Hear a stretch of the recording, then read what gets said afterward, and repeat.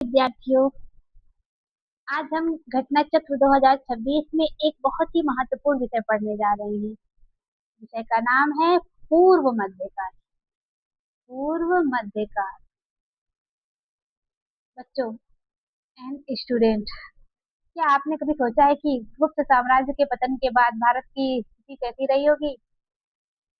कैसे छोटे छोटे राज्यों का एक उदय हुआ, कैसे नए राजवंश आए, युद्ध हुए और भारत की राजनीति, समाज तथा संस्कृति में बड़े बदलाव शुरू हुए। पूर्व मध्यकाल भारतीय इतिहास का वह दौर है जहां एक तरफ शक्तिशाली राजपूत राजवंश उभर रहे थे, दूसरी तरफ विदेशी आक्रमणों की शुरुआत भी हो रही थी। यही वह समय था जिसने आगे चलकर भारत के इतिहास की दिशा बदल दी। आज की क्लास में हम सिर्फ घटना नहीं पढ़ेंगे, बल्कि समझ के इतिहास कैसे बनता है और कैसे एक छोटा बदलाव पूरे देश का भविष्य बदल देता है, वो भी समझेंगे अपने एमसीक्यू के जरिए। तो तैयार हो जाइए एक शानदार ऐतिहासिक यात्रा के लिए, जहां हम जानेंगे राज्यों का उत्थान, राजाओं की वीरता, युद्धों की कहानी और भारत के बदलते स्वरूप को। अगर आप प्रतियोगी परीक्षा में सफलता पाना चाहते हैं, बीपीएससी के एग्जाम में, तो ये अध्याय आपके लिए बेहद महत्वपूर्ण है। तो चलिए शुरू करते हैं। पूर्व मध्य काल। दोस्तों, पूर्व मध्यकाल भारतीय इतिहास का वह काल है जो लगभग 7वीं शताब्दी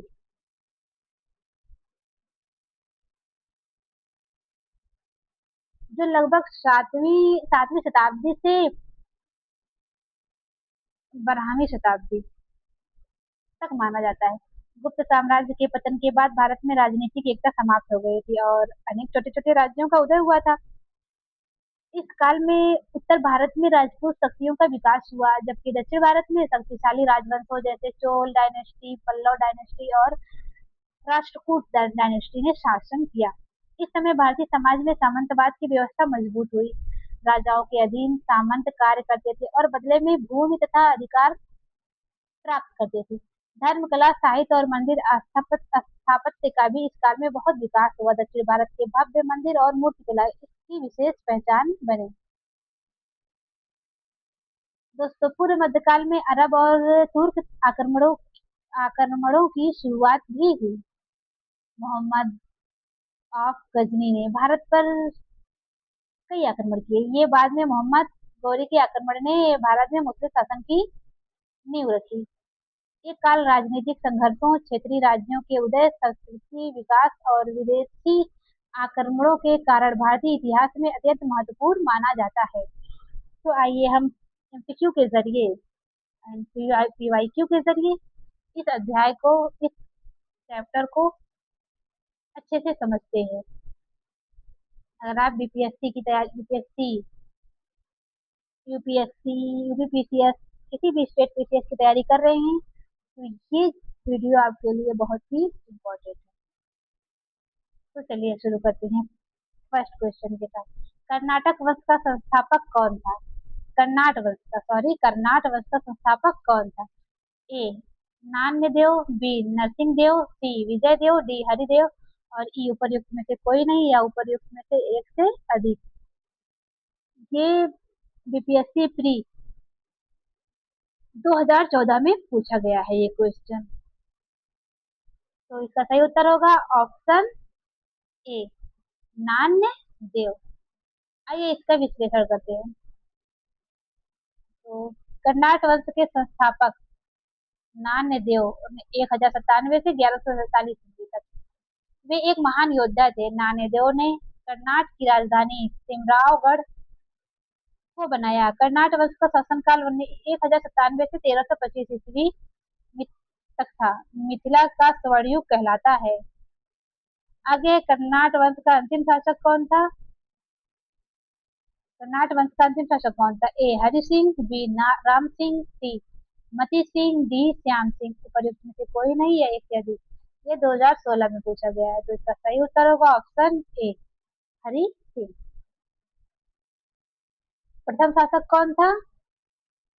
नान्यदेव और अंतिम हरि सिंह। इसका विश्लेषण देखते हैं। कर्नाट वंश के अंतिम शासक हरि सिंह देव थे। ये कला और साहित्य के संरक्षक थे। इन्होंने पंजीकरण व्यवस्था की शुरुआत की थी। नेक्स्ट है,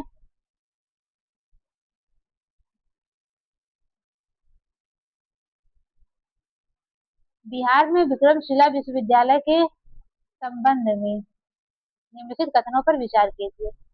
ऑप्शन ए, पहला है, ये बिहार के वर्तमान बांका जिले में स्थित है।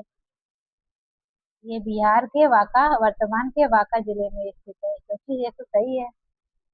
इसकी स्थापना पाल वंश के राजा गोपाल प्रथम ने की थी, बिल्कुल राइट। बौद्ध धर्म का वज्रयान संप्रदाय यहाँ फला फूला, ये ठीक गलत है।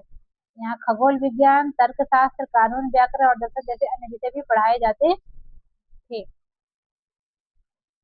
तो इसका सही उत्तर होगा ऑप्शन ए, एक और दो, दो और तीन, एक और चार। जैसा कि आप, तीन गलत है, अब तीन कहाँ पे है, यहाँ पे, तो गलत काट दो। एक और चार, क्योंकि हमारा दो भी तो सही है, एक और दो, तो ऑप्शन एक और दो, कौन सा सही है? ऑप्शन ए, एक और दो। इसलिए कर देते हैं। विक्रमशिला विश्वविद्यालय महा महाविहार की स्थापना पाल शासक धर्मपाल ने की थी। ये बिहार के वर्तमान भागलपुर जिले में अवस्थित है। इस विश्वविद्यालय में बौद्ध धर्म की तंत्रयान शाखा वज्रयान का सर्वाधिक प्रभाव था। इसके अतिरिक्त इस विश्वविद्यालय में खगोल विज्ञान, तर्कशास्त्र, कानून, व्याकरण और दर्शन जैसे अन्य विषय भी पढ़ाए जाते थे। 12वीं शताब्दी के अंत में इस विश्वविद्यालय को मोहम्मद बिन बख्तियार खिलजी की सेना ने नष्ट कर दिया था।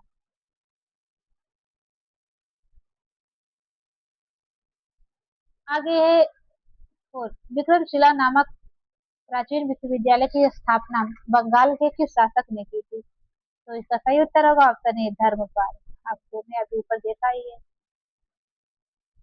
तो विक्रमशिला के प्राचीन बौद्ध विश्वविद्यालय की स्थापना बंगाल के पाल वंशी शासक धर्मपाल 770 से 810 ईस्वी के द्वारा की गई थी। तिब्बती विद्वान लामा तारानाथ के अनुसार 10वीं शताब्दी के आते आते विक्रमशिला नालंदा